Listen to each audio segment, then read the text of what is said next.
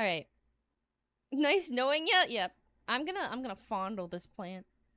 Touching this plant will put you in the hospital. I'm dying. This is the Gimpy plant, a piece of foliage native to the land down under. And surprising no one, not only is the thing venomous, it is in fact the most painful plant on the planet. What? Because yeah, no, of course, man, even the fucking leaves down here have a problem with me. Growing in the rainforests of northern Queensland, these hell bushes are covered in tiny hairs that upon closer inspection aren't hairs at all and are actually thousands of hypodermic needles waiting to stab you and break off inside your skin if you so much as brush them. Once Huh? It looks soft, man. It looks like you can just pet it. It looks like you can just like give it some ow, I just hit my hand. Like give it some little rubs. inside you, these needles will inject you with, I am not kidding, neurotoxin and cause absolutely excruciating pain. I mean like comedic levels of pain. With one person describing it as being covered in hot acid and electrocuted, and another woman saying that it was straight up more painful than childbirth and she'd given birth 4 times. And the fucked up part is, the neurotoxin isn't even lethal. So this spiteful of a plant is hurting you purely for the love of the game. Mind you, there are reports of people saying getting stung by this thing is actually worse than being put in the ground. This is because Groot's little hellspawn cousin here can continue hurting you for literal years after being stung. This is because those thousands of little hypodermic needles are actually made out of silicon, meaning your body can't break them down. And with how thin they are, your skin will usually close up over the top of them, meaning that these neurotoxin-emitting slivers can sit inside your skin for literal years, releasing more neurotoxin any time that they're moved or disturbed. This constant, chronic, agonizing pain is so unbelievably bad that there have even been records of, trying not to get banned here, people Alt F4ing existence to make it stop. This particular incident came from a man who accidentally used one of the plant leaves as toilet paper. Oh shit. Oh shit. Oh no. Oh no. The question is, did he wipe both? You know, his private, you know, his butt and his, you know, thingy? Did he do both? Cause like, ow. Ow. Oh, fuck. Oh. I don't think it gets much worse than neurotoxin to the nuts. Touching this Wait. Oh my god, I didn't think about the nuts. Oh god. Can you imagine? Oh fuck. Oh my god, no. The nut. Oh. Oh shit. Oh shit. This I think we've seen this one. Wait, have we? What is this? isn't a spider. It's a snake. What? Introducing the Iranian spider-tailed horned viper. As the name suggests, native to Iran, and you are all probably wondering why the f this snake has decided to attach a cosplay of the average Australian resident to his tail. The answer is food. You see, every known snake species is a predator. Some eat Bambi. Did he just put in here who I think he...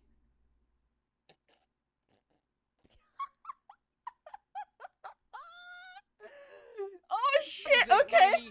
And the spider tail, not unlike myself, absolutely fucking loves KFC. But the I do birds too. famously tend to fly. And last I checked, nope ropes don't have wings. What do you mean? So They how could. does this viper get his zinger box? The answer is again, food. You see, birds eat insects, and the spider tail knows this. So rather than trying to chase his prey down, this lazy f***er has evolved the evolutionary equivalent of DoorDash. You see, when a viper feels like a meal, it'll start the hunt by finding a nice rocky outcrop to curl up on like a couch. And due to the camouflage on his scales, this snake becomes practically invisible. Once he's nice and cozy, he begins to slowly wiggle his tail back and forth in front of his face. Oh my god, it looks like a mimicking the motion spider. of an insect. Think of this as him placing his Uber Eats order. Can you imagine being a snake and being like, yo, DoorDash, ASAP, please? ASAP, While ASAP. up in the air, our undercooked chicken tender is flying around when, holy shit, a free meal! What a delectable bug just sitting there on that rock. And so, Tweety Birdie swoops down to grab himself an insect Happy Meal. And just as he's about to reach his meal, Oh my god, no! this Yoink. isn't a spider. It's a snake. Damn! Okay, but at least he's not poisonous to us, right? Like, listen, out of all the snakes we've seen, at least he's not after us, right? He's not trying to kill us, he's just, you know, getting his KFC meal. He just wants his KFC meal. Hi, Vivida. Vivi, how are you? He just wants his KFC, you know? This spider can remove your limbs. Huh? No, no, no, no, no, no, no, no. No. I don't even know if no.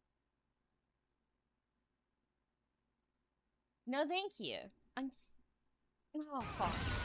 But how? Introducing the brown recluse, native to the United States of America. Fuck me. No. No. I don't.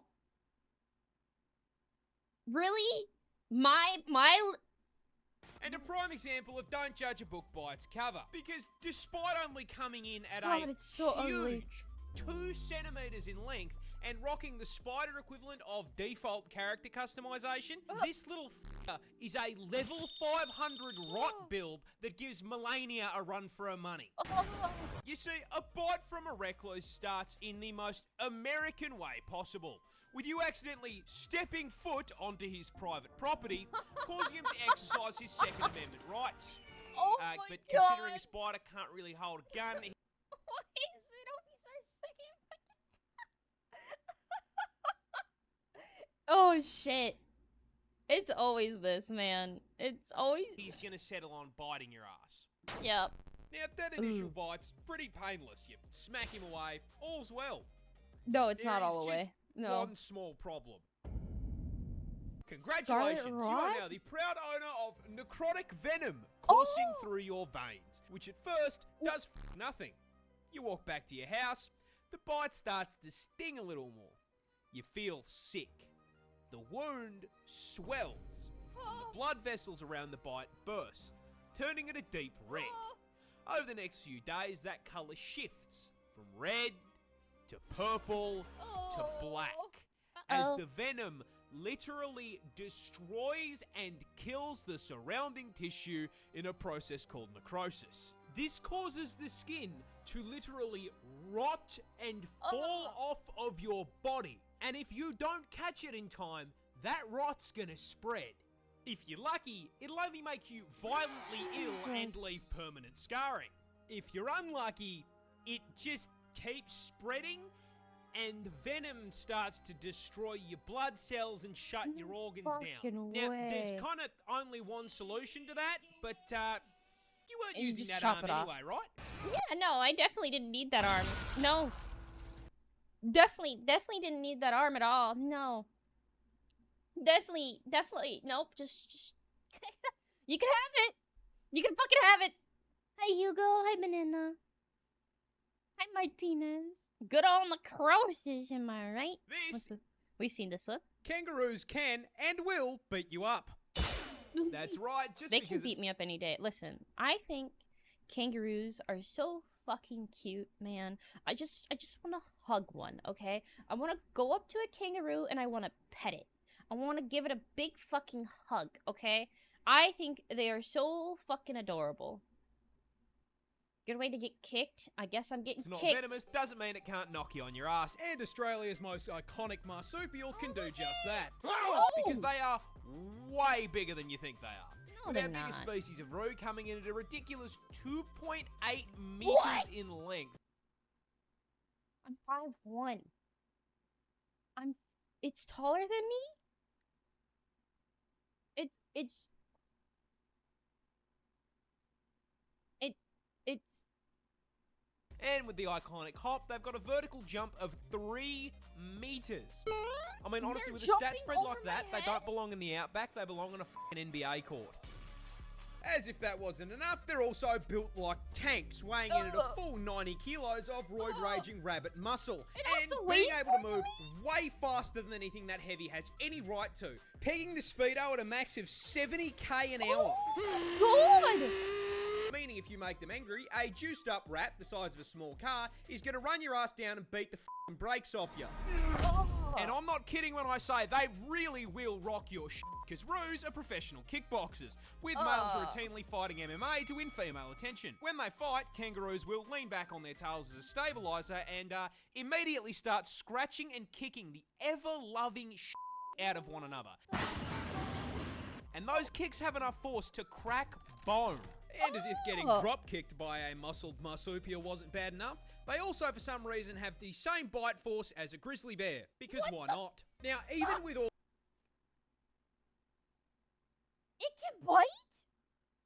It can bite. It bites? I didn't know they bite.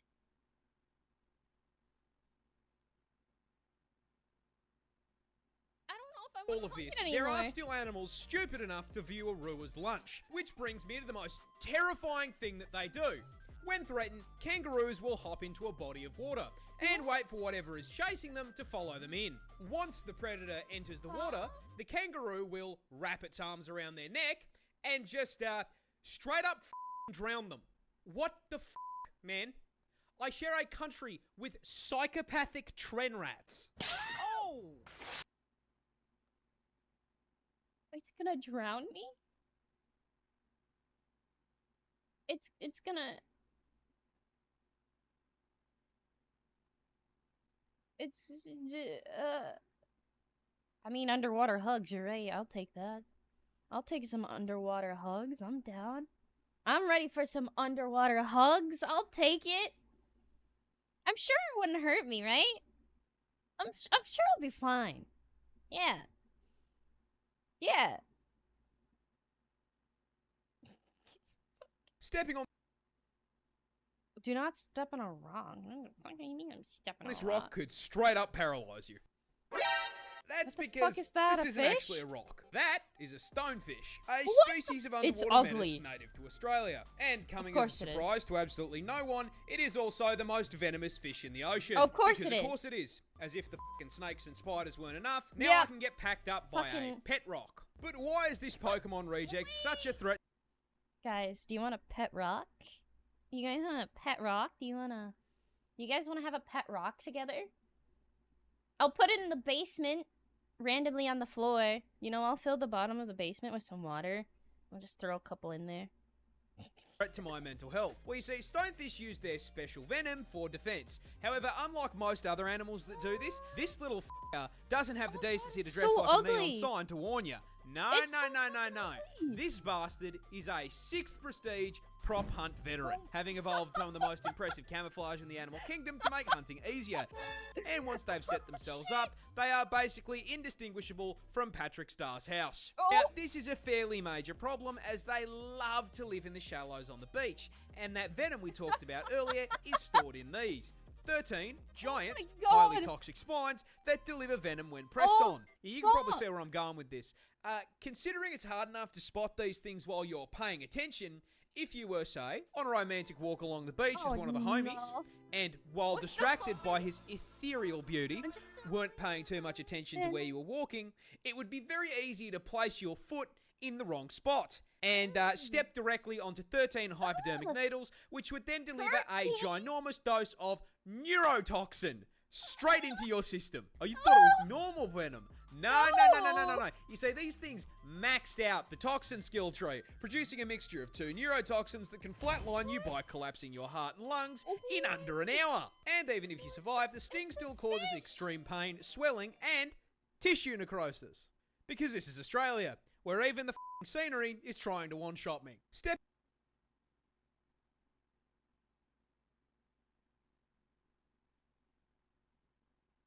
Would you step on a stonefish for me, babe? Would you step on that for me? Do you want to fuck around and find? I mean, I'll go on another date with you if you step on. No, I'm joking. And then you just leave them there. Listen. My dream was always to go to Australia. I always wanted to travel to Australia. These videos have made me change my mind. It's off my bucket list. It is literally off my bucket list. I'm never going. You cannot make me. Crocodiles are just dinosaurs that forgot to go extinct. I mean, you're not wrong. I am dead serious, and I cannot think of a croc species to make my point than the saltwater crocodile. There's saltwater crocodiles? Down under, and shocking absolutely no one, yes, it can and will eat you. What? There's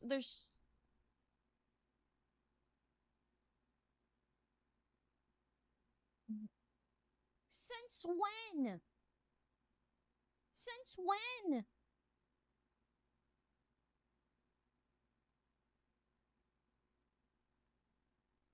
What the fuck? You see, keeping on theme with the whole forgetting to go extinct thing, the salty stat spread just feels like something that should have been patched out with the rest of Jurassic Park, starting with their ridiculous size.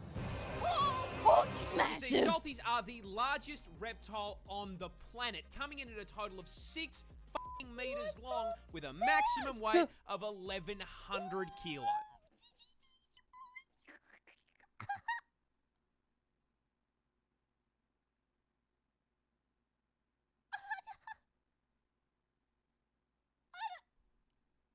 Which makes this murder lizard genuinely longer than my f***ing car. And the f***ed up part is that despite being longer than my ute, they are for some reason absolute masters of stealth. You see, crocs are ambush predators, which is a scientific way of saying they are— Oh my god, he put Doc in it again. He fucking put Doc in it again. Campers.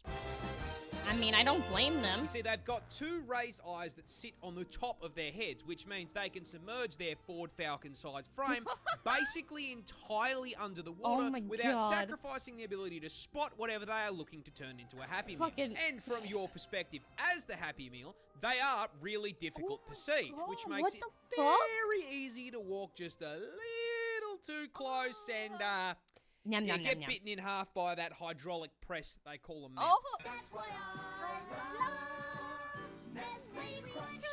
That's right, just like any good camper, these scaly arseholes are packing a one-shot in the form of one of the highest bite forces of any animal on the f***ing planet, having been recorded at putting out a maximum of 3,700 psi of force through their jaws. To put that into context, your skull will crack at 1,100 psi, so a croc would pop your head like a watermelon. And if you don't immediately get folded by the first bite, those jaws will latch onto you as the croc begins a death roll, spitting its ton of body weight like a washing machine until whatever part of you it has decided to eat snaps off and is added to its protein goals. But the best thing about the crocodile is their build is so f***ing good.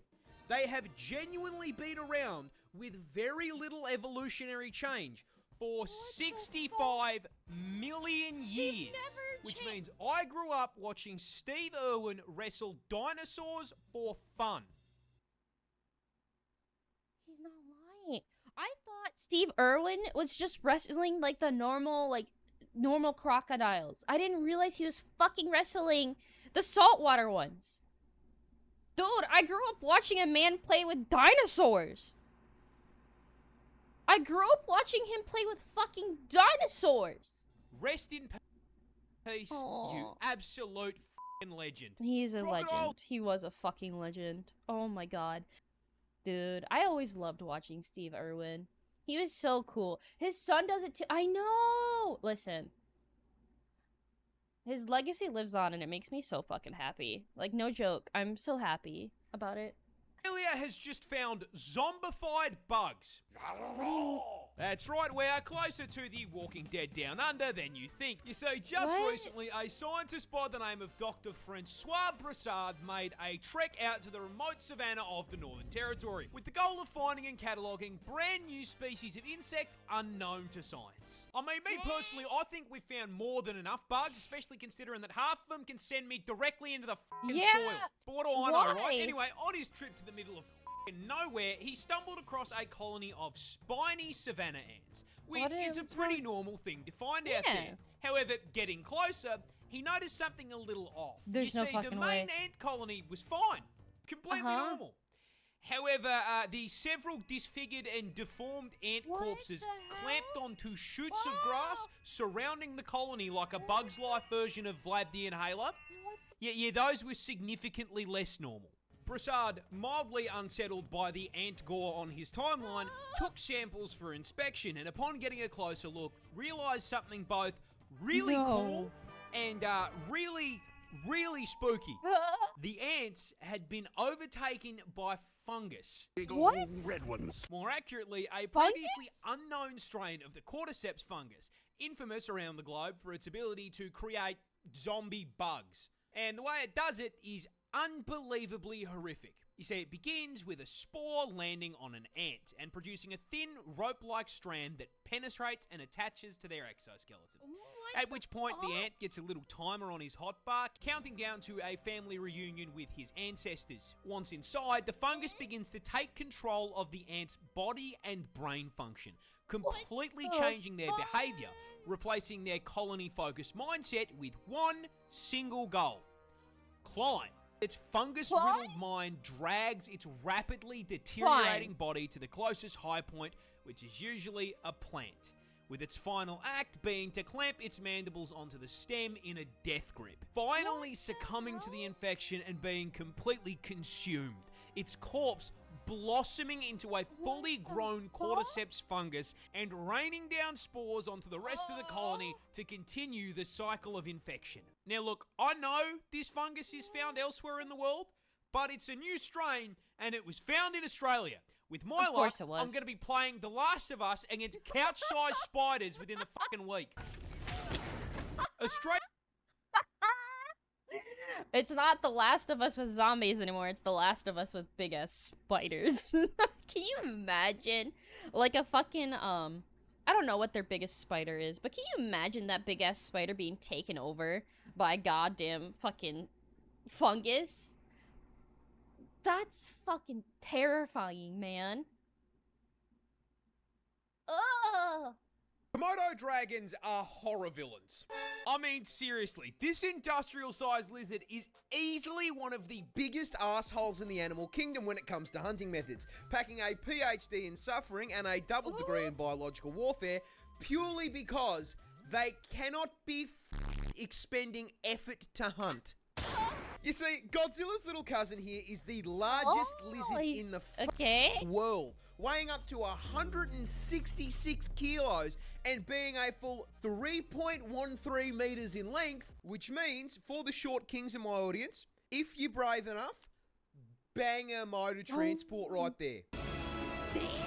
Now, being the reptile equivalent of a Cadillac Escalade means that the Komodo dragon needs to consume a lot of calories to keep that bulk going. However, rather than using that bulk to proactively chase down and body slam its prey, they can take down prey 3 times their size because as if being a reptilian tank was not enough, they are also venomous. And this isn't just your run-of-the-mill snake venom that, you know, gives you a nice quick 15-minute death. No. A Komodo hunt starts with it running up to its prey and giving it a nice big chomp on the leg, injecting it with hemorrhagic venom. After biting, the Komodo dragon off and just sits there watching. The confused and bewildered animal runs off into the forest, leaking blood, allowing that Komodo dragon to track it like a DoorDash order. A week goes by, and that bite wound isn't closing because hemorrhagic venom prevents blood clots. Yeah. So, the animal is still slowly bleeding out, and the Komodo is still watching. More time passes. That bite wound gets infected because Komodos are carrion feeders, meaning that the inside of their mouth is full of enough rotting flesh and bacteria to give Asmongold a run for his money. Damn. The infection Poor begins to Az. drain the animal's strength, and the Komodo is still watching. Another week passes. The infection Does it not get has hungry? spread, and the flesh has begun to rot. And you best believe that ass lizard is still there watching like he's waiting for his meal to heat up in the microwave. Once the bleeding, disease-ridden animal becomes too exhausted to move on its own and collapses, Oh the my Komodo God. strolls over and eats it alive, shredding it into chunks if it's larger, or if it's small enough, swallowing it whole as it screams on the way down. Even for me, man, that's fucked. Komodo.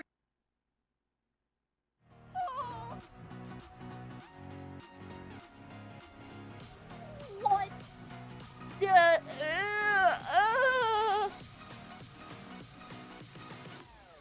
That's fucked up.